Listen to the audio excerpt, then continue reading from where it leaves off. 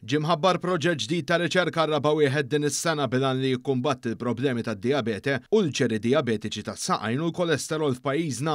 Dan tħabbar waqt konferenza tal-aħbarijiet mis-Segretarju Parlamentari għaż-Żgħażagħ, ir-Riċerka u l-Innovazzjoni Kita Zopparditanti. B'investiment ta' 60,000 euro l-proġett InnoDiab se jkun fdat fidejn il-Fakultà tax-Xjenzi tas-Saħħa fiħdan l-Università ta' Malta, immexxi mill-Professur Joseph Borg u t-tim tiegħu.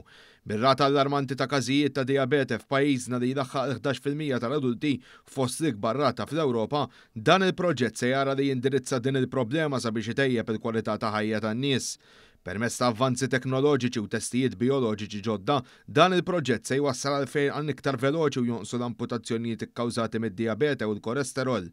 Segretarju Parlamentari Kita Zopparditanti tkellem dwar il-benefiċċju ta' proġett bħal dan. Waħda mill-areas ta' priorità fejn tidħol ir-riċerka u l-innovazzjoni għal dan il-gvern hija s-saħħa u l-benesseri tal-popolazzjoni Maltija u Awċija.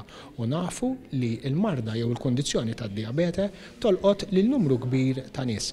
Għalhekk aħna ħassejna li niffinanzjaw din ir-riċerka sabiex inkomplu ngħinu fejn tidħol il-prevenzjoni, il-kura u anke billi nevitaw din il-kondizzjoni. Il-Professur Joseph Borg, riċerkatur u mexxej tal-proġett InnoDiab, esprima s-sodisfazzjon tiegħu li l-Gvern qed jinvesti f'dan il-proġett ta' riċerka. Issa qegħdin ngħaddu għal pass li jmiss li hija pjuttost tissejjaħ translational. Jiġifieri ir-riżultati li qegħdin joħorġu mill-laboratorji tagħna diġà nistgħu nitkellmu mat-tobba u l-kollegi tagħna biex jistgħu joffru kura lill-pazjenti li qegħdin qudiemhom. Ġdin hija xi ħaġa li dan il-pass li t-tobba jkellmu l-pazjenti qegħdin naspiraw li nwettquh permezz dan il-proġett fis-sena u snin li ġejjin.